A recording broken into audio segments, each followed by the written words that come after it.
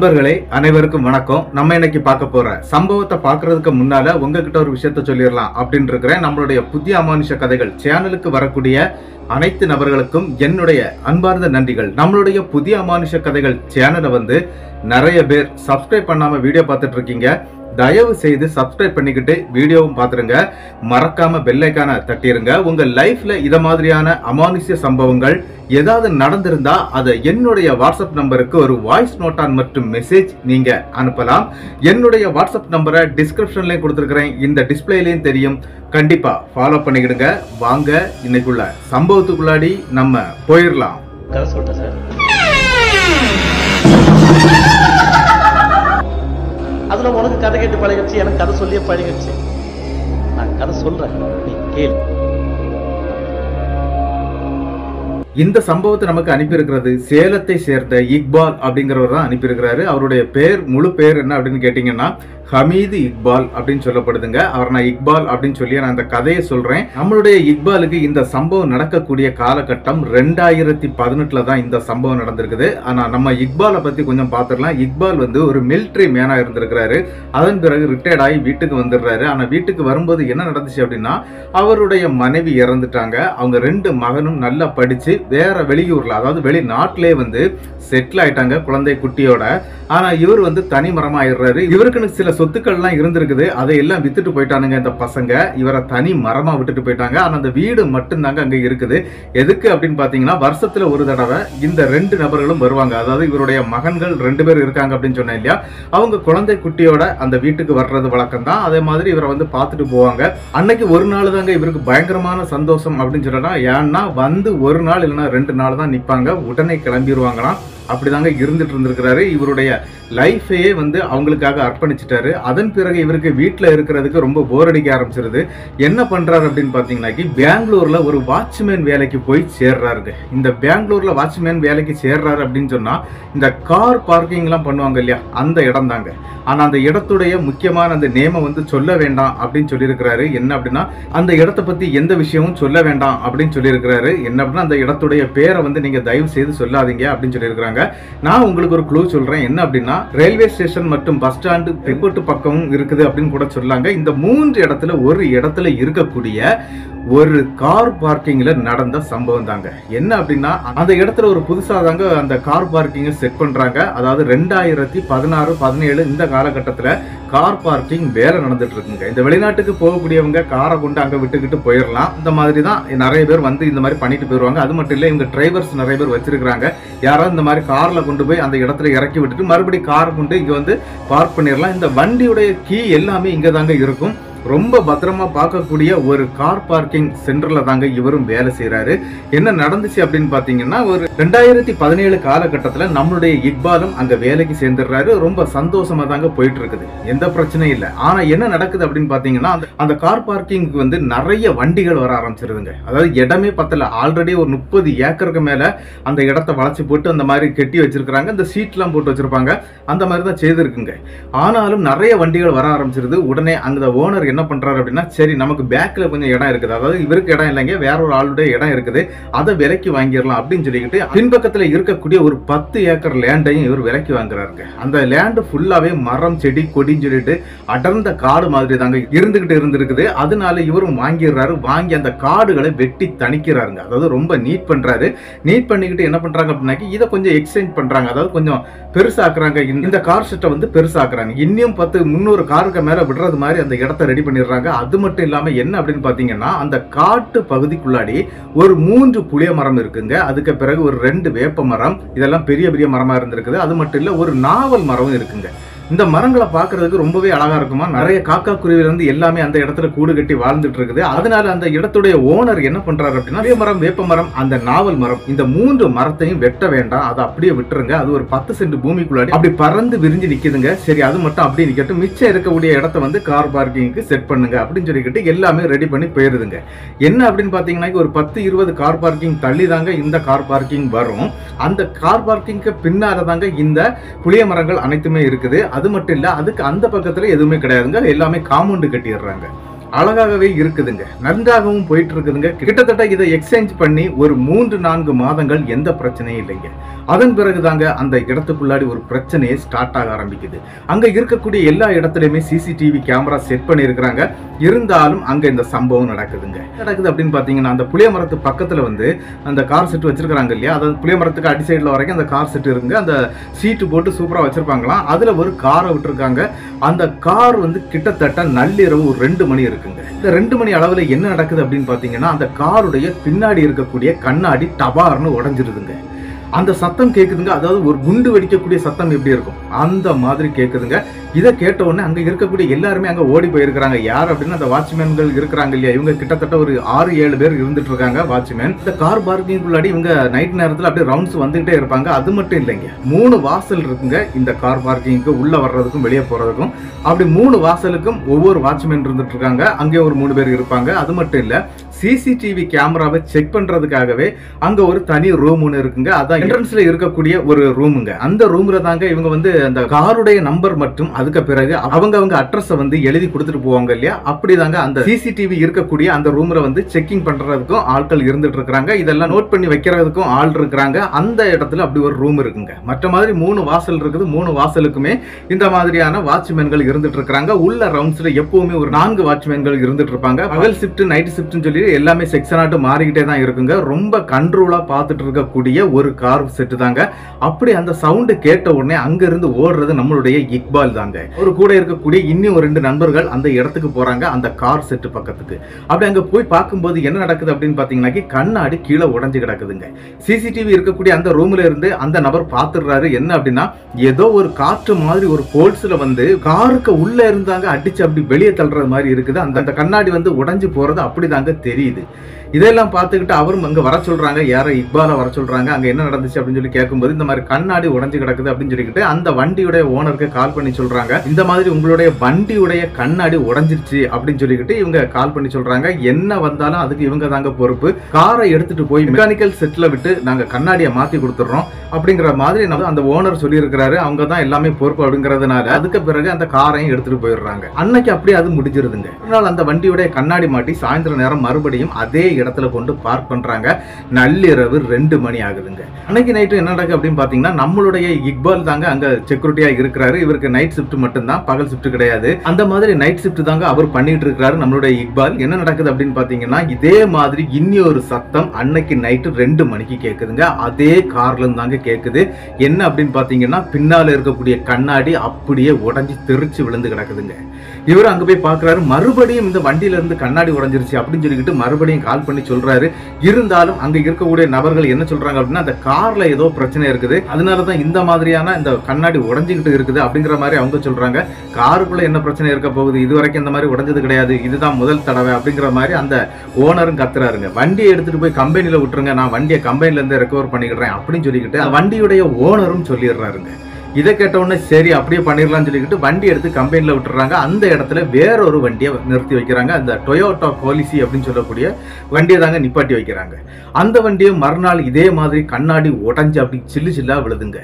இதை பார்த்துட்டு அரண்டுறாங்க. இது வேற என்னதோ இங்க இருக்குது அப்படிங்கிற மாதிரி தாங்க யோசிக்கிறாங்க. ஆனா நம்மளுடைய இக்பால் இருக்கிறார் இல்லையா, அவர் ஒரு மிலிட்ரி மேன் அப்படிங்கிறதுனால அவருக்கு இந்த மாதிரியான பயமே கிடையாதுங்க. அதாவது பேய் பிசாசு கிடையாது அப்படிங்கிற மாதிரி தாங்க சொல்லி இருக்கிறாரு. என்ன அப்படின்னு பாத்தீங்கன்னா, அவங்க ராணுவத்துல இருக்கும்போது இந்த பார்டர் பக்கம்லாம் சண்டை நடக்குமா, அதாவது துப்பாக்கி சூடு நடக்கும். இந்த எல்கையை கடக்கிறதுக்கு வருவாங்களா, அவங்களெல்லாம் சுட்டு தள்ளிடுவாங்களா, அப்படி செத்து போகக்கூடிய நிறைய பேருடைய உடம்பு அங்கே இருந்து அழுகி நாசமா போயிருக்கும். அந்த மாதிரி எல்லாம் நாங்க பார்த்திருக்கிறோம். அந்த உடல்ல உள்ள ஆன்மா கூட இந்த மாதிரி வந்தது கிடையாது. நாங்க கிட்டே இருந்து பார்த்திருக்கிறோம், நாள் கணக்குல இருந்திருக்கிறோம், நைட்டு பகல்னு பார்த்திருக்கிறோம்.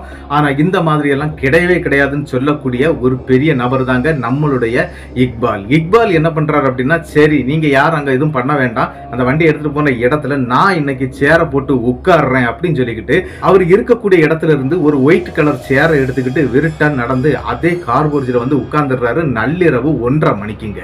அப்படி உட்கார்ந்து இருக்கும்போது இவர் எப்பவும் தூங்க மாட்டாருங்க. எப்போ அப்படி ரவுண்டிங்லேயே வந்துட்டே இருப்பாரு. தூங்கக்கூடிய பழக்கம்லாம் இவர்கிட்ட இல்லை. இருந்தாலும் என்ன நடக்குது அப்படின்னு பாத்தீங்கன்னா, அந்த சேர்ல உட்கார்ந்து இருந்தார் இல்லையா, டக்குன்னு கண் அசந்து ஒரு 3 நிமிஷம் அவர் தூங்கிடுறாருங்க. அந்த 3 நிமிஷத்துல ஒரு அதிபயங்கரமான ஒரு சம்பவம் அங்க நடக்குதுங்க. என்ன அப்படின்னு பாத்தீங்கன்னா, அந்த சேரை யாரோ வெட்டுக்குன்னு புட்டிங்கிட்டு அப்படியே அந்த பக்கத்துல இருக்கக்கூடிய இந்த பைப் போட்டு பில்லர் மாதிரி வச்சிருப்பாங்க இந்த சீட் எல்லாம் போடுறதுக்காக, அந்த பைப்ல அப்படியே தூக்கி ஒற்ற அடி அடிச்சிடுறாங்க. அடிச்ச அடியில அந்த சேர் வந்து 3 பீஸா அப்படியே வந்து விழுதுங்க. இவரு அப்படி தரையில விழுந்து கிடக்குறாரு. இவரு கண்ணை முடிச்சு பாக்குறாரு, நான் எப்படா கீழே விழுந்தேன்னு சொல்லி சுத்தி சுத்தி பாக்குறாருங்க. இவரை கண்காணிச்சுக்கிட்டு இருந்த சிசிடிவி கேமரா வச்சிருக்காங்க இல்லையா, அங்க இருந்து பார்த்துட்டே இருந்திருக்காங்க. அவங்க வரைக்கும் அங்க இருக்கக்கூடிய 2-3 பேரை ஓடி போங்கடான்னு அனுப்புறாங்க. என்ன நடந்துச்சுன்னு அவங்களுக்கும் தெரியல. தன்னைத்தானே அந்த சேர் எழும்பி அப்படி அந்த பைப்புல போய் அடிக்கிறத மட்டும் தாங்க அந்த சிசிடிவி கேமராவில் பதிவாயிருக்குது. அங்க ஒரு உருவமோ ஒரு ஆளோ நிக்கிறது மாதிரி எதுவுமே பதிவாகலைங்க. வேகமா அங்க இருக்கக்கூடிய நபர்கள் அங்கிருந்து ஓடி வந்துடுறாங்க. எங்க அப்படின்னா நம்மளுடைய இக்பால் இருக்கக்கூடிய இடத்துக்கு. இங்க வந்து கேக்குறாங்க என்ன நடந்துச்சு அப்படின்ட்டு கேட்கும்போது இக்பாலுக்கு எதுவுமே தெரியல, என்ன நடந்துச்சுன்னு தெரியல, லைட்டா கண் அசந்துட்டேன், அந்த நேரத்துல யாரோ சேரை தூக்கி எரிஞ்சிட்டாங்க, அதாவது வீசிட்டாங்க அப்படிங்கிற மாதிரி அவரு சொல்றாருங்க. இதை கேட்டோன்னா அப்படி இல்ல வா அப்படின்னு சொல்லி அங்க இருந்து இக்பாலை கூப்பிட்டுக்கிட்டு நேர அந்த சிசிடிவி இருக்கக்கூடிய அந்த இடத்துக்கு வந்துடுறாங்க. அங்க வந்து பார்க்கும்போது அதை ரீப்ளே பண்ணி பாக்குறாங்க. அப்படி ரீப்ளே பண்ணும்போது என்ன நடக்குது அப்படின்னா, அந்த சேரை யாரோ தூக்கி தாங்க அந்த பைப்ல அடிச்சு உடைக்கிறது மாதிரி இருக்குங்க. ஆனா அந்த இடத்துல உருவமோ ஆளோ எதுவும் இல்ல அப்படிங்கறது தெல்ல தெளிவா இவர் பாக்குறாரு. பார்த்துக்கிட்டு இது என்னவோ தெரியல, ஏதோ ஒரு காற்று மாதிரி தான் இருக்குது அப்படி இப்படின்னு சொல்லிக்கிட்டு இந்த பிரச்சனையை அப்படியே விட்டுடுறாங்க. சரி, இதை வந்து நம்ம ஓனர்கிட்ட சொல்லணுமா வேண்டாமான்னு சொல்லிட்டு அங்க இருக்கக்கூடியவங்களுக்கே கொஞ்சம் குழப்பத்திலே தான் இருக்கிறாங்க. ஏன்னா ஓனர் பெரிய இடத்துல இருக்கிறாரு. சரி, நம்ம எதுக்கு அந்த மேனேஜர் கிட்ட சொல்லிடலாம் அப்படின்னு சொல்லிக்கிட்டு மேனேஜருக்கு தாங்க அந்த நள்ளிரவு நேரத்திலே கால் பண்றாங்க. அப்படி மேனேஜருக்கு கால் பண்ணி இங்க நடக்கக்கூடிய விஷயங்களை எல்லாத்தையுமே இவங்க சொல்லவும் ஆரம்பிச்சிடுறாங்க. ஆனா அந்த மேனேஜர் இதெல்லாம் ஒரு பெரிய விஷயமே கிடையாது, ஏதோ கற்பனை பண்ணிட்டு பேசுறீங்க அப்படி இப்படின்னு சொல்லிக்கிட்டு அவர் அதை பத்தி பேசவே இல்லை. என்ன அப்படின்னா அவர் ஒரு கிறிஸ்டின் மதத்தை தழுவக்கூடியவர், அதனால அவர் அந்த விஷயத்தை பெருசா எடுத்துக்கலைங்க. சரின்னு சொல்லிக்கிட்டு இவங்களை என்ன பண்ணிடுறாங்க அப்படின்னா அந்த இடத்துல மட்டும் காரை வந்து பார்க் பண்ணாம பாத்துக்கிடுறாங்க. வேற எல்லா இடத்துலயுமே காரை பார்க் பண்ணி வைக்கிறாங்க. ஆனா அந்த ஒரு இடத்துல, அதாவது ஒரே ஒரு கார் அந்த கண்ணாடி உடைந்த இடம் இருக்குது இல்லையா, அந்த இடத்துல மட்டும் காரை வந்து பார்க் பண்ணலைங்க. பக்கத்துல இருக்கக்கூடிய கார்கள்லாம் சும்மா தான் இருக்குது அப்படின்ட்டு அப்படி விட்டுடுறாங்க. கிட்டத்தட்ட 2 நாள் வந்து எந்த பிரச்சனையும் இல்லைங்க. அந்த இடத்துல காரை வந்து பார்க் பண்ணாத பிறகு வந்து எந்த பிரச்சனையும் இவங்களுக்கு வரல. அதன் பிறகு ஒரு 2-3 நாட்கள் போன பிறகு பக்கத்துல நிக்கக்கூடிய ஒரு காருடைய கண்ணாடி உடையுதுங்க. அப்படி ஒரு கண்ணாடி உடையலைங்க, அந்த வரிசையில இருக்கக்கூடிய 7 வண்டிகளுடைய கண்ணாடிகள் அப்படி சுக்கு நூறா உடைஞ்சு கீழே விழுதுங்க. என்னடா பண்றது அப்படின்னு சொல்லிக்கிட்டு மறுபடியும் அவங்க மேனேஜருக்கு கால் பண்ணி விஷயத்த சொல்றாங்க. இந்த மாதிரி நடந்துட்டு இருக்குது, எதுக்கு நீங்க சீக்கிரம் வாங்க அப்படின்னு சொல்லிக்கிட்டு அந்த மேனேஜரை வர வைக்கிறாங்க. அந்த நள்ளிரவு நேரத்துல அவர் ஒரு கார் எடுத்துட்டு வந்துடுறாருங்க. வந்து இங்க வந்து பார்க்கும்போது சிசிடிவி ஆன் பண்ண சொல்றாங்க. அப்படி ஆன் பண்ணி அதை ரீப்ளே பண்ணி பார்க்கும்போது அங்க எந்த உருவங்களும் தெரியலைங்க. ஆனா என்ன அப்படின்னா 7வது வண்டியுடைய கண்ணாடி உடையும் போது ஒரு கை மட்டும் தெரியுதுங்க, அந்த சிசிடிவில தெரியுதுங்க. இதையெல்லாம் பாக்குறாங்க. பார்த்துக்கிட்டு ஒருவேளை எவனாவது உள்ள வந்திருப்பான், சீக்கிரம் போய் செக் பண்ணுங்க அப்படி இப்படின்னு சொல்லிக்கிட்டு அந்த இடத்துல இருக்கக்கூடிய வாட்ச்மேன் அவ்வளவுமே அங்க போய் செக் பண்றாங்க. ஆனா அங்க யாரும் வந்ததுக்கான ஒரு ரீசன் கூட இல்லைங்க, யாரும் வந்ததுக்கான ஒரு அடையாளம் கூட அங்க இல்ல. இவங்களும் பார்த்துக்கிட்டு இது அது இல்லைன்னு சொல்லிக்கிட்டு இவங்க வந்துடுறாங்க. ஆனா நம்மளுடைய இக்பாலுக்கும் இந்த பேய் பிசாசு மேல நம்பிக்கை இல்லாததுனால அவரும் அதுதான் சொல்றாரு, அப்படி ஒண்ணு இருக்கிறதுக்கு வாய்ப்பு இல்லைன்னு தாங்க சொல்லிட்டு இருக்கிறாரு. ஆனா மற்ற நபர்கள், அதாவது கூட இருக்கக்கூடிய அந்த செக்யூரிட்டிஸ்கள்லாம் வந்து அவங்க என்ன பண்றாங்க அப்படின்னா இந்த மாதிரி இருக்கிறதுக்கு நிறைய வாய்ப்புகள் இருக்குது, இதுக்கு முன்னால அந்த இடத்தை வாங்குறதுக்கு முன்னால இந்த மாதிரி எந்த பிரச்சனையும் வரல, இந்த இடத்தை வாங்கி நம்ம பெருசாக்கின பிறகுதான் அந்த பிரச்சனை வந்திருக்குது, இது ஏதாவது இருக்கும் அப்படின்னு சொல்லிக்கிட்டு தாங்க அவங்களுக்குள்ளாடி ஒரு பேச்சு கலந்து ஓடிக்கிட்டே இருக்குங்க. இருந்தாலும் அந்த ஓனருக்கு வந்து மறுநாள் இந்த விஷயத்த தகவலாட்டு சொல்லப்படுது. அந்த ஓனரும் வந்துடுறாரு மறுநாளுங்க. அவரு மறுநாள் வந்த பிறகு என்ன சொல்றாரு அப்படின்னா இந்த மாதிரி ஒண்ணுமே கிடையாது, இதெல்லாம் உங்க கற்பனைகள் தான், ஒன்னும் பிரச்சனை இல்லை அப்படி இப்படின்னு சொல்லிக்கிட்டு அங்க இருக்கக்கூடிய வண்டிகளுடைய கண்ணாடிகள் அனைத்தையுமே மாத்தி கொடுத்துடுறாங்க. அது மட்டும் இல்ல, அவர் என்ன செய்ய சொல்றாரு அப்படின்னா அந்த கார் பார்க்கிங்கை மட்டும் வந்து க்ளோஸ் பண்ணி வச்சிருங்க, அதுக்கு முன்னால இருக்கக்கூடிய கார் பார்க்கிங்ல மட்டும் வண்டியை விடுங்க அப்படின்னு சொல்லிட்டு அவரும் போயிடுறாருங்க. அதே மாதிரி இவங்க அந்த கார் பார்க்கிங்கை ஃபுல்லாவே பைப்பு போட்டு கெட்டி, பைப்பு போட்டு அப்படி கெட்டுவாங்க இல்லையா, எல்லாம் போட்டு லாக் பண்ணி கெட்டிடுறாங்க. யாரும் உள்ள போகாத அளவுக்கு பண்ணி வச்சிடுறாங்க. ஆனா ஆட்கள் உள்ள போகலாம், கார்கள் உள்ள போகாத அளவுக்கு அவங்க எல்லாமே பண்ணிடுறாங்க. கிட்டத்தட்ட ஒரு 20-30 வண்டிகளை வந்து உள்ள விடாத அளவுக்கு அந்த இடத்த செட் பண்ணிடுறாங்க. ஆனா என்ன நடக்குது அப்படின்னு பாத்தீங்கன்னா கிட்டத்தட்ட ஒரு 4 நாட்கள் போகுதுங்க. ரொம்ப அழகா தான் போயிட்டு இருக்குது. அதுக்கப்புறம் எந்த பிரச்சனையும் இல்லை அப்படிங்கிற மாதிரி போயிட்டு இருக்கும்போது இந்த இடத்துல 7-8 வாட்ச்மேன் இருக்கிறாங்க அப்படின்னு நான் சொன்னேன் இல்லையா, அதுல ஒரு நபர் வந்து வேலைக்கே வரலைங்க, வேலைக்கு நான் வரல அப்படின்னு சொல்லிக்கிட்டு எழுதி கொடுத்துட்டு அவர் வேலையை விட்டு நின்றுடுறாருங்க. அந்த நேரத்துக்கு அந்த இடத்துல இன்னி ஒரு புது ஆள் ஒருத்தர் வர்றாருங்க. அவருடைய பேர் வந்து சொல்ல வேண்டாம் அப்படின்னு சொல்லியிருக்கிறாரு. ஆனால் அவருக்கு நான் ஒரு பேர் வச்சிருக்கிறேன், கோபால் அப்படின்னு வச்சுக்கலாம். அப்படி அந்த கோபால் அப்படிங்கிற அந்த நபர் தாங்க அங்க வர்றாரு. அவருக்கு ஒரு 28 வயசு இருக்குங்க. வீட்டுக்கு தெரியாம, அதாவது கர்நாடகாவை சேர்ந்தவர் தான் அவரு. வீட்டுக்கு தெரியாம கல்யாணம் பண்ணிட்டாங்க. அதனால அவங்க 2 பேருடைய வீட்லயும் அவங்களை ஏத்துக்கிடல. அதனால இந்த நபர் வந்து என்ன பண்ணிருக்கிறாரு அப்படின்னா, பக்கத்துல இருக்கக்கூடிய ஒரு சின்ன கிராமத்துல தான் இருந்துட்டு இருக்கிறாரு. அதாவது பெங்களூர்ல இருக்கக்கூடிய ஒரு சின்ன நகரத்துல தான் வாழ்ந்துட்டு இருக்கிறாரு. ஒரு சின்ன வீட்டுல தான் இருந்துட்டு இருக்கிறாரு. தன்னுடைய மனைவி மட்டும் தான் இருக்கிறாங்க. குழந்தைகள் இல்ல. 2 வருடம் தான் ஆயிருக்குங்க இந்த நபருக்கு கல்யாணம் ஆகி. ஆனா குழந்தைகள் இல்ல அப்படிங்கறதுனால பெருசா ஒண்ணு இது பண்றது கிடையாது. அந்த பெண்ணுக்கும் ஒரு டீச்சர் வேலை கிடைச்சிருக்குது பக்கத்துல இருக்கக்கூடிய ஒரு ஸ்கூல்ல. இந்த நபர் வந்து சும்மாவே இருக்கிறோம், நைட் நேரத்துல வாட்ச்மேனா போயிடலாம் அப்படின்னு சொல்லிக்கிட்டு அவரும் என்ன பண்ணிடுறாரு அப்படின்னா, வாட்ச்மேன் வேலைக்கு இங்க வந்து ஜாயின்ட் ஆயிடுறாருங்க. வரக்கூடிய கோபால் அப்படிங்கிற அந்த நபர் வந்து நம்மளுடைய இக்பாலை பார்த்து நல்ல கம்பெனியா பேச ஆரம்பிச்சிடுறாரு. ஒரே நாள்ல நல்ல பழக்கம் பிடிச்சிடுறாருங்க நம்மளுடைய இக்பாலை. இக்பால் வந்து ஒரு விஷயத்த சொல்றாரு, என்ன அப்படின்னா, இந்த கோபால் அப்படிங்கிற அந்த நபர்கிட்ட எக்காரணத்தை கொண்டும் என்கிட்ட சொல்லாம நீ எங்கேயும் போக கூடாது அப்படிங்கிற மாதிரி சொல்லி இருக்கிறாரு. இந்த மாதிரி சொல்லிக்கிட்டு அவருடைய டியூட்டியை பார்க்க ஆரம்பிச்சிடுறாரு. இந்த பையனுக்கு எங்க போகணும், என்ன செய்யணும், எப்படி வரணும், எங்கோட சுத்தி வரணும் அப்படிங்கிற விஷயங்கள் எல்லாம் சொல்லி கொடுத்துறாரு. ஏதாவது கம்ப்ளைண்ட் இருந்தா எங்க போய் சொல்லணும் அப்படிங்கிற விஷயத்தை எல்லாமே சொல்லி கொடுக்குறாருங்க. சரின்னு சொல்லிக்கிட்டு அன்னைக்கு நைட்டு ஒரு 1:30 மணி இருக்குங்க.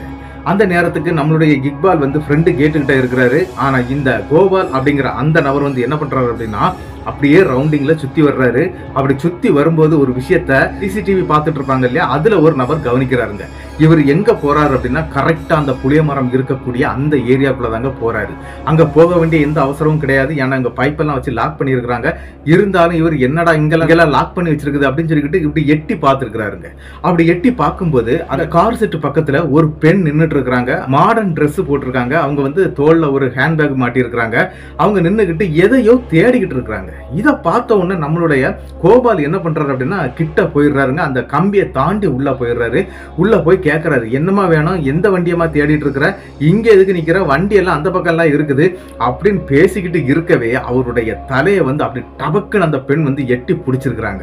அந்த எட்டி பிடிச்ச நேரத்துல இருந்து அப்படியே இழுத்துக்கிட்டு அந்த புளிய மரம் இருக்கு பாத்தீங்களா, அதுக்கு உள்ள கூட்டிட்டு போயிருதுங்க.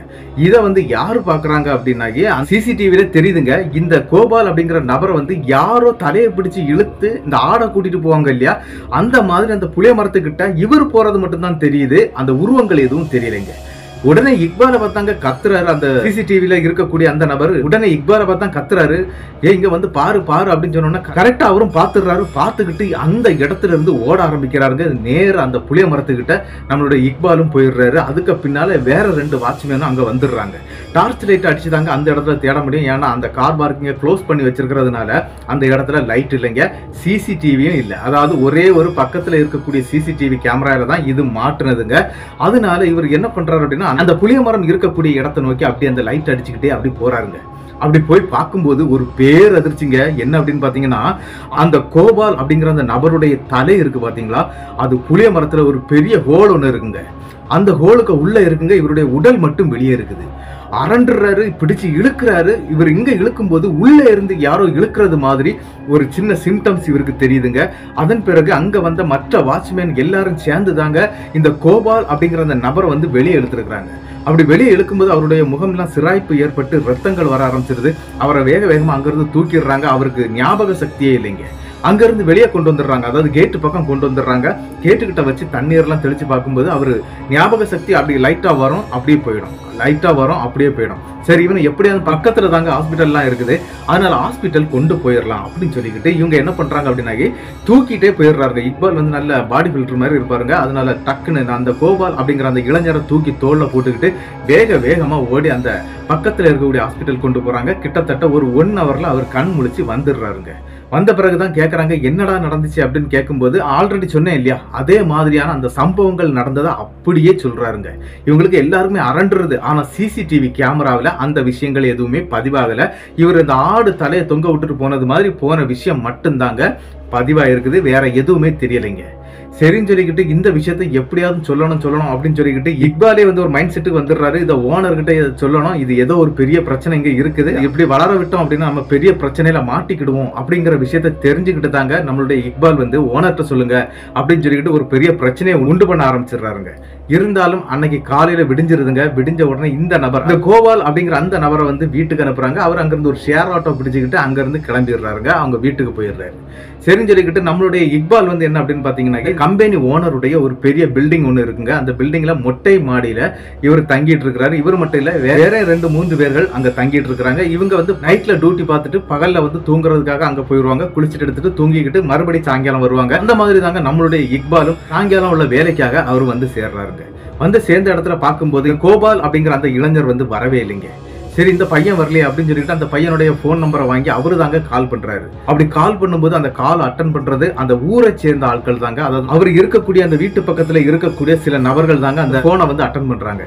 போன் அட்டன் பண்ணி ஒரு பெரிய விஷயத்த சொல்றாங்க. என்ன அப்படின்னா, இந்த பையன் இன்னைக்கு காலையில வந்திருக்கிறான், வந்தவன் இந்த மாதிரி தூக்கு மாட்டிட்டு இறந்துட்டான் அப்படின்னு சொல்லிட்டு போனை கட் பண்ணிடுறாங்க. இவருக்கு அந்த பையனுடைய அட்ரஸ் எல்லாம் ஒன்றும் தெரியாதுங்க. அன்னைக்கு முதல் நாள் வந்திருக்கிறான், முதல் நாள் இந்த மாதிரி சம்பவம் நடந்துச்சு, அந்த பையன் வீட்டுக்கு போயிருக்கிறான், திருப்பி வரல, இவ்வளவுதான் அவருக்கு தெரியும். ஆனா அந்த போன் காலுக்கு பிறகு தாங்க அந்த பையன் இறந்து போன விஷயமே தெரியுது. ஆல்ரெடி அந்த பையனுடைய அந்த டேட்டா இதெல்லாம் வந்து கம்ப்யூட்டர்ல சேவ் ஆயிருக்குங்க. அதை வந்து தேடி பார்த்து அந்த பையனுடைய அட்ரஸ் எங்க இருக்குன்னு பார்த்துக்கிட்டு அங்க இருந்து கிளம்புறாருங்க. என்ன அப்படின்னா, இன்னைக்கு நான் டியூட்டிக்கு இல்லை அப்படின்னு சொல்லிக்கிட்டு அவர் அங்கிருந்து கிளம்பிடுறாரு. ஸ்ட்ரெயிட்டா அங்க போறாருங்க. ஆனா அங்க போகிறதுக்கு முன்னால என்ன நடந்திருக்கு அப்படின்னு பாத்தீங்கன்னா, இந்த பையனுடைய அடக்கமே முடிஞ்சிருதுங்க. என்ன அப்படின்னா, காலையில 9-10 மணி அந்த டைம்ல தாங்க அந்த நபர் தூக்குல தொங்கி இருக்கிறாரு. பக்கத்துல தானே ஸ்கூல் இருக்குது. தன்னுடைய ஹஸ்பண்டுக்கு சாப்பாடு கொடுத்துட்டு வந்துடலாம்னு சொல்லிக்கிட்டு மனைவி வீட்டுக்கு வந்திருக்கிறாங்க. அப்படி வீட்டுக்கு வந்து பார்க்கும்போது இந்த மாதிரி வீட்டுல தூக்கு மாட்டிட்டு இறந்திருக்கிறாரு அப்படிங்கிற விஷயம் தெரியுது. எந்த பிரச்சனையும் அவங்களுக்குள்ள கிடையாதான். ஆனா இந்த மாதிரி அவர் இறக்க வேண்டிய எந்த அவசரமும் இல்லை, அவர் இறந்துட்டாரு அப்படிங்கிற மாதிரி தான் அந்த பெண் சொல்லியிருக்கிறாங்க. அது மட்டும் இல்ல, மத்தியான நேரம் போலீஸுக்கு கால் பண்ணி சொல்லியிருக்கிறாங்க. போலீஸும் அங்க வந்துடுறாங்க. அந்த பாடியை போஸ்ட்மார்ட்டம் பண்ணி ரிட்டர்ன் பண்ணிடுறாங்க. சாயங்கால நேரத்துல அந்த பாடியை அடக்கவும் பண்ணியிருக்கிறாங்க. அதாவது அடக்கம் கிடையாதுங்க, இந்த கரண்ட் சுடுகாடு அப்படின்னு சொல்லுவாங்க இல்லையா, அங்க கொண்டு போய் எரிச்சிடுறாங்க. அப்படி எரிச்சு முடிச்சுக்கிட்டு தாங்க அந்த பெண் வீட்டுல இருக்கிறாங்க. அந்த டைம்ல தான் இந்த கால்லாம் வந்திருக்குது. அதை பக்கத்துல இருக்கக்கூடியவங்க தான் எடுத்து பேசியிருக்கிறாங்க. இக்பாலும் அதன் பிறகு தாங்க அங்க வந்து நிக்கிறாரு. வந்து நின்று கேட்கிறாரு, என்னாச்சுமா என்னாச்சு அப்படின்னு சொல்லி கேட்கும்போது, இவங்க வீட்டை விட்டு ஓடி வந்தவங்க அனாதை பிள்ளை மாதிரி இருந்துட்டு இருக்கிறாங்க, இவங்களுக்கு வேற யாரும் இல்லை அப்படிங்கறதெல்லாம் தெரியுதுங்க. அந்த பெண்ணுடைய தகப்பன்ட நம்மளுடைய இக்பால் தான் பேசியிருக்கிறாரு. அன்னைக்கு நைட்டு ஃபுல்லாவே அங்கதான் இருந்திருக்கிறாருங்க. அப்படி பேசி எல்லாம் முடிச்சு இந்த பொண்ணை வந்து அவங்க கூட பத்திரமா அனுப்பியும் வச்சிடறாருங்க. இவரும் இங்க வந்துடுறாரு. அதுக்கப்புறம் ஒரு நாள் இவருக்கு லீவ் ஆயிடுச்சு இல்லையா, பகலும் லீவை போட்டுட்டு நைட்டு அடுத்த நாள் வேலைக்கு வந்துடுறாருங்க. கிட்டத்தட்ட என்ன நடக்குது அப்படின்னு பாத்தீங்கன்னா, ஒரு 7 நாட்கள் எந்த பிரச்சனையும் இல்லைங்க. ஆனா இந்த விஷயத்த வந்து எப்படியாவது ஓனர்கிட்ட எடுத்து சொல்லிடணும் அப்படின்னு சொல்லிக்கிட்டு இவர் வெயிட்டிங்லேயே இருக்கிறாரு. நைட்டு நேரத்துல வந்து அந்த பக்கம் யாரும் போறதே கிடையாதுங்க. அது மட்டும் இல்லாம என்ன ஒரு விஷயம் அப்படின்னு பாத்தீங்கன்னா, அங்க இருக்கக்கூடிய அந்த சீட் போட்டு வச்சிருக்காங்க இல்லையா, இந்த கார் செட்டு, அந்த சீட் எல்லாம் நைட்டு நேரத்துல அப்படி கலந்து கீழே விழுமாங்க. இவங்க நைட்டு நேரத்துல போய் எடுக்கிறதே கிடையாது. பகல் நேரத்துல போவாங்க. அதை எடுத்து மறுபடியும் ஸ்க்ரூ போட்டு மாட்டி வைப்பாங்களாம். இந்த மாதிரிலாம் ஒரு 7 நாட்கள் நடந்திருக்குது. இந்த பிரச்சனை தாங்க முடியாம அங்க இருக்கக்கூடிய சில வாட்ச்மேன்கள் விட்டுக்கிட்டு போயிடுறாங்க. வேலையே வேண்டாம் எங்களுக்கு அப்படின்னு சொல்லிக்கிட்டு அவங்களும் போயிடுறாங்க. இதனால நம்மளுடைய இக்பால் என்ன பண்றாரு அப்படின்னா, எப்படியாவது இதை ஓனர்கிட்ட சொல்லணும், மேனேஜர்கிட்ட சொன்னா இது எடுபடாது அப்படிங்கிற விஷயத்த புரிஞ்சுக்கிட்டு அவர் என்ன பண்றாரு அப்படின்னா, அந்த ஓனரையே ஸ்ட்ரெயிட்டா போன்ல பிடிச்சிடுறாருங்க. அதாவது போன் நம்பரை எடுத்து அவருக்கு கால் பண்ணி இங்க நடக்கக்கூடிய அனைத்து விஷயங்களையும் சொல்லிடுறாரு. அது மட்டும் இல்ல, எனக்கு தெரிஞ்ச ஒரு பாய் ஒருத்தர் இருக்கிறாரு, அவரை நான் கூட்டிட்டு வர்றேன், அவர் வந்தாருன்னு இந்த விஷயம் கிளியர் பண்ணி கொடுத்துருவாரு அப்படிங்கிற மாதிரி இக்பாலும் சொல்ல, அந்த ஓனரும் சரின்னு சொல்ல இடத்துக்கு தன்னுடைய நெருங்கிய தோழரான அந்த பாயையும் கூட்டிட்டு வந்துடுறாங்க. அப்படி அங்க வந்த பாய் என்ன பண்றாரு அப்படின்னா, ஒரு தேங்காவை கையில கொண்டு வந்திருக்கிறாருங்க. அந்த தேங்காவை கொண்டு வந்து அப்படியே அந்த இடத்தை ஒரு ரவுண்ட் அடிச்சு அப்படி வந்திருக்கிறாரு. வந்துகிட்டு தாங்க அவர் ஒரு பெரிய சம்பவத்தை எடுத்து சொல்றாரு. என்ன அப்படின்னா, இப்ப அவங்க இருக்கக்கூடிய அந்த இடம், அந்த கார் பார்க்கிங்ல அமைஞ்சிருக்குது இல்லையா, முன்னாடி காலத்துல வந்து அவ்வளவுமே காடாதாங்க இருந்திருக்குது. என்ன அப்படின்னா, ஒரு 20 வருடத்துக்கு முன்னால அங்க இருக்கக்கூடிய அந்த புளிய மரங்க, அந்த புளிய மரத்துக்கிட்ட எல்லாம் யாரும் போக முடியாதான். அந்த மாதிரியான ஒரு காலகட்டத்துல ஒரு நபர், அதாவது என்ன அப்படின்னா மனம் நலம் குந்திய ஒரு நபர் வந்து என்ன பண்ணிருக்கிறாரு அப்படின்னா, அந்த புளிய மரத்துல வந்து தூக்கு மாட்டிட்டு இறந்து போயிருக்கிறாருங்க. அப்படி இறந்து போன நபருடைய ஆன்மா வந்து அந்த புளிய மரத்திலே தாங்க இருந்திருக்குது. ஒரு அடர்ந்த காடாக இருந்ததுனால அந்த ஆன்மா அந்த இடத்தை விட்டு வெளியே போகலைங்க, அங்கே தாங்க இருந்திருக்குது. ஆனா நாளடைவில் என்ன நடந்திருக்கு அப்படின்னு பாத்தீங்கன்னா, இந்த காலேஜ் பசங்க நிறைய பேர் அங்க கூட ஆரம்பிச்சிடுறாங்க. அது மட்டும் இல்ல, பெண்களை கூட்டிக்கிட்டு அந்த இடத்துல போய் இவங்க தப்பா இருக்கிறதுக்கு முயற்சி பண்ணிட்டு இருக்கும் போது அந்த நேரத்தை பயன்படுத்தி இந்த மனம் நலம் குந்திய அந்த ஆன்மா என்ன பண்ணிருக்கு அப்படின்னா, அங்க இருக்கக்கூடிய நபர்களுடைய உடம்புக்குள்ள போய் அவங்களையும் தூக்கு மாட்டி அதே புளிய மரத்துல சாகடிச்சு ஆரம்பிச்சிருக்குது. அப்படி செத்து செத்து கிட்டத்தட்ட ஒரு 20 பேருக்கு மேல அந்த இடத்துல இறந்திருக்கிறாங்க. அந்த 20 பேருடைய ஆன்மாவுடைய சக்தியும் இந்த மனநலம் குன்றின அந்த நபருடைய ஆன்மாவுக்கு கட்டுப்பட்டு இருக்குது. அதனாலதான் அந்த ஆன்மாவுக்கு இவ்வளவு சக்தி, அது தன்னைத்தானே இந்த ஆன்மா உலகத்துல வளர்த்துக்கிட்டு இருக்குது அப்படிங்கறது மாதிரி அந்த பாய் எல்லாத்தையும் எடுத்து சொல்றாருங்க. இதெல்லாம் கேட்டோன்னே இவங்களுக்கு எல்லாம் நடுங்கிறது. என்ன அப்படின்னா, இந்த ஓனர் இடத்தை வந்து வாங்கினார் இல்லையா, அதுக்கு பிறகுதாங்க இந்த பிரச்சனை ஸ்டார்ட் ஆச்சுது. இது எல்லாமே அதுக்கு பிறகுதான் நடக்குது தெரிஞ்சுக்கிட்டு அந்த நபர், அதாவது அந்த பாய் இருக்கிறார் இல்லையா, அவர் வந்து ஒரு பெரிய விஷயத்த ஒண்ணு பண்றாருங்க.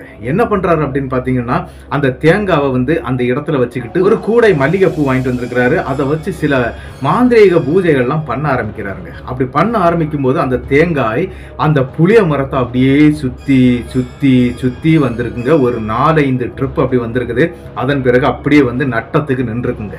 அப்படி நிற்கக்கூடிய அந்த தேங்காவை எடுத்துக்கிட்டு அவர் அங்கிருந்து கிளம்புறாரு. இன்னி உங்களுக்கு எந்த பிரச்சனையும் இல்லை, இங்க இருக்கக்கூடிய ஆன்மாக்கள் எல்லாத்தையுமே நான் இந்த தேங்காவில் அடைச்சிட்டேன், இதை நான் ஆத்துல விட்டுருவேன், நீங்க இனிமேல் தைரியமா எல்லாம் பண்ணிக்கிடலாம் அப்படிங்கிற மாதிரி சொல்லிக்கிட்டு அவர் அங்கிருந்து கிளம்பிடுறாருங்க. அவரு போன பிறகு நம்மளுடைய இக்பாலுக்கு வந்து அந்த பயம் போகவே இல்லைங்க. என்ன அப்படின்னா, அவர் பயந்ததே கிடையாது. ஆனா அவருடைய லைஃப்ல நடந்த இந்த சம்பவம் அவரை வந்து பயமுறுத்தி இருக்குங்க. என்ன அப்படின்னு பாத்தீங்கன்னா, அதுக்கு பிறகு இந்த பிரச்சனையெல்லாம் சால்வ் ஆயிடுச்சு. ஆனா 2020 லாக்டவுன் நடந்தது பாத்தீங்களா, அந்த டைம்ல வந்து இவர் சேலத்துக்கு வந்துடுறாரு. ஏன் அப்படின்னா, அவருக்கு அங்க வேலைக்கு வாய்ப்பு இல்லாம ஆயிருது. இவர் சேலத்துக்கு வந்துடுறாரு. ஆனா இப்போ அவர் எங்க இருக்கிறாரு அப்படின்னு பாத்தீங்கன்னா, சேலத்துல ஒரு டாக்டர் வீட்டுல தாங்க வாட்ச்மேனாட்டு வேலை பார்த்துட்டு இருக்கிறாரு.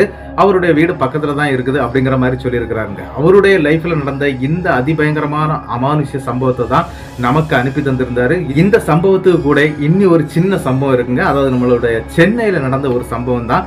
இந்த சம்பவத்தை நமக்கு அனுப்பி தந்தது யார் அப்படின்னு பாத்தீங்கன்னா, சுரண்டை அம்மாள் அப்படிங்கிறவங்க தான் இந்த சம்பவத்தை நமக்கு அனுப்பியிருக்கிறாங்க. இவங்க சென்னையை சேர்ந்தவங்க தான். இவங்களுடைய லைஃப்ல நடந்த ஒரு அமானுஷ்ய திகில் சம்பவத்தை தான் நம்ம பார்க்க போறோம். இவங்களுக்கு இப்போ வயசு 55 ஆகுது. இந்த சம்பவத்தை அனுப்புனது அவங்க பேராண்டியுடைய மொபைல்ல இருந்து அனுப்பியிருந்தாங்க. எனக்கு ஸ்ட்ரெயிட்டா பேசியிருந்தாங்க. அது வாட்ஸ்அப்ல தான் மெசேஜ் பண்ணியிருந்தாங்க.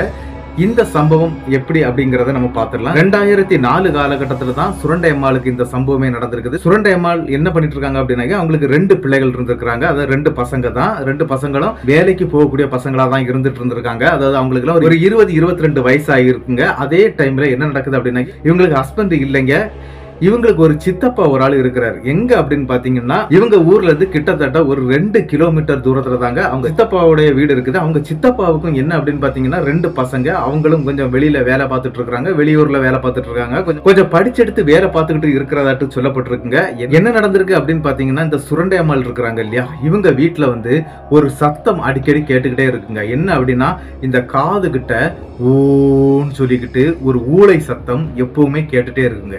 அது மட்டும் இல்ல, இவங்க ஏதாவது பண்ண போனாங்க, அதாவது ஒரு நல்ல காரியம் பண்ண ஆரம்பிச்சிட்டாங்க அப்படின்னா, அந்த நல்ல காரியம் எப்படியாவது கெட்டு போயிருங்க. ஒரு பால் காய்ச்சினாங்க அப்படின்னா அந்த பால் வரைக்கும் தெரிஞ்சிருங்க.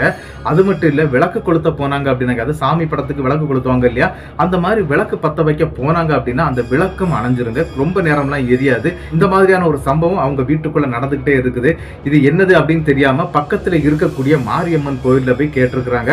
அப்படி அங்க இருக்கக்கூடிய அந்த மாரியம்மன் கோவில் பூசாரி என்ன பண்ணிருக்கிறாரு அப்படின்னா, ஒரு 3 கயர்களை கையில கொடுத்துருக்காங்க. இந்த 3 கயர்களை நீங்க கையில கட்டிக்குங்க, எந்த பிரச்சனையும் வராது, அந்த மாதிரி எதுவும் நடக்காது அப்படி இப்படின்னு சொல்லிக்கிட்டு அம்மாளுக்கு வந்து கொஞ்சம் தண்ணீர்லாம் கொடுத்து அங்கிருந்து அனுப்பி விட்டுறாங்க.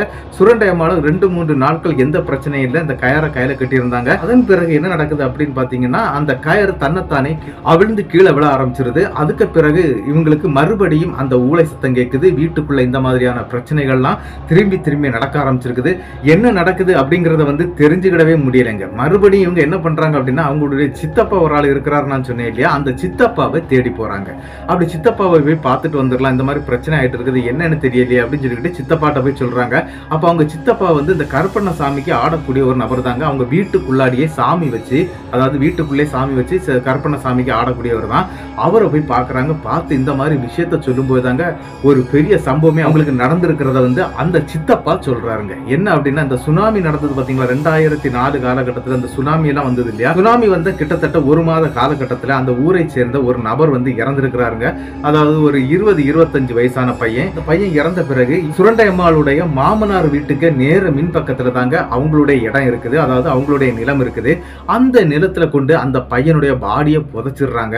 ஆனா இந்த சம்பவம் என்ன ஆகுது அப்படின்னு பாத்தீங்கன்னா, சுரண்டை அம்மாளுடைய மாமனாருக்கும் அவங்க மாமியாருக்கும் அந்த இடத்துல தூங்கவே முடியலங்க. அதாவது அவங்க வீட்டுக்குள்ள தூங்க முடியல. இந்த பையனுடைய பாடியை கொண்டு புதைச்சதுனால என்ன நடந்திருக்கு அப்படின்னா நைட்டு நேரத்துல இந்த வீட்டுடைய கதவை அந்த பையன் தான் தட்டிட்டே இருப்பான், தண்ணி குடு தண்ணி குடு அப்படின்னு சொல்லிக்கிட்டு சத்தம் போட்டுட்டே இருப்பானாங்க.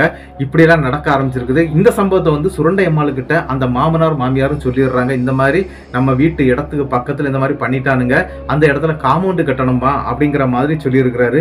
இவங்களுக்கு பயங்கரமா கோவம் வந்துருது. இவங்க எப்படி இந்த மாதிரி வீடுகள் இருக்கக்கூடிய இடத்துல இந்த மாதிரி பாடியை புதைக்கலாம் அப்படின்னு சொல்லிக்கிட்டு அங்க இருக்கக்கூடிய அந்த டெட் பாடி வந்து வெறும் மண்ணு போட்டு தாங்க மூடி வச்சிருக்காங்க, கொஞ்சம் வெள்ளை அடிச்சு வச்சிருக்காங்க. அதை காலால போய் பயங்கரமா எத்தி சவுட்டிடுறாங்க, நல்ல மிதிச்சு அந்த இடத்தையே நாசம் ஆக்கிடுறாங்க. அதாவது கல்லறை இருந்த தடையுமே இல்லாம ஆக்குறாங்க. ஆனா அவங்க அப்படி பண்ணிக்கிட்டு வந்தது தாங்க நேரம் அவங்க வீட்டுக்கு வந்த பிறகுதான் இந்த பையனுடைய ஆன்மா இவங்களை பின்தொடர்ந்து அவங்க வீட்டுக்கே வந்திருக்குது. அப்படி வந்தது மட்டும் இல்ல, இவங்க காது பக்கத்துல இந்த மாதிரியான அந்த ஊளை சத்தத்தை போட்டுட்டே இருக்குது அப்படிங்கிற விஷயத்த அவங்க சித்தப்பா எடுத்து சொல்றாரு. அதன் பிறகு அவருடைய உடம்புல வந்து அந்த கருப்பண்ண சாமியை வர வச்சிருக்கிறாங்க. அப்படி அந்த கருப்பண்ண சாமி வந்த அடுத்த செகண்டுங்க சுரண்டை அம்மாளுடைய உடம்புல இருக்கக்கூடிய அந்த பையனுடைய ஆன்மாவும் அப்படி பயங்கரமா ஆட ஆரம்பிக்குது. அதன் பிறகு அந்த ஆன்மாவை அங்கிருந்து விரட்டிடுறாங்க. அவங்க சித்தப்பா விரட்டி இருக்கிறாரு. அதுக்கு பிறகு சுரண்டை அம்மாளுக்கு கிளியர் ஆயிட்டாங்க. ஆனா என்ன அப்படின்னா இன்னைக்கு வரைக்கும் அவங்க மாமனார் மாமியார் இருந்த அந்த வீட்டு பக்கமே நான் இப்ப போறது கிடையாதுப்பா அப்படிங்கிறது மாதிரி தாங்க இந்த சம்பவத்தை நம்மளுடைய சுரண்டை அம்மாள் அவங்களுடைய பேரன் அருண்தாஸ் அப்படிங்கிற அவரை வச்சுதாங்க அனுப்பியிருந்தாங்க. இப்படிதாங்க இந்த சம்பவங்கள் ரெண்டுமே நடந்து முடிஞ்சிருக்குது. இந்த ரெண்டு சம்பவத்தையும் அனுப்பி தந்த நம்மளுடைய இக்பால் மற்றும் சுரண்டை அம்மாள் இவங்க ரெண்டு பேருக்கும் என்னுடைய பெரிய நன்றிகளை நான் சொல்லிக்கிட்டேன். இந்த சம்பவங்கள் எப்படி இருந்துச்சுங்கிறத வந்து மறக்காம கமெண்ட் பாக்ஸ்ல கமெண்ட் பண்ணிட்டு போயிருங்க. இந்த சம்பவத்துக்கு மறக்காம ஒரு லைக்கை கொடுத்துருங்க. அது மட்டும் இல்ல, இந்த சம்பவத்தை உங்களுக்கு தெரியக்கூடிய அனைத்து நபர்களுக்கும் ஷேர் பண்ணி விட்டுருங்க. அது மட்டும் இல்லைங்க, மறக்காம சப்ஸ்கிரைப் பண்ணிக்கிட்டு பெல் ஐகானை தட்டிருங்க. அடுத்த வீடியோவில் சந்திக்கும் வரை உங்களிடமிருந்து விடைபெறுவது உங்கள் நாகர்கோவில் நாகராஜன். நன்றி நண்பர்களே.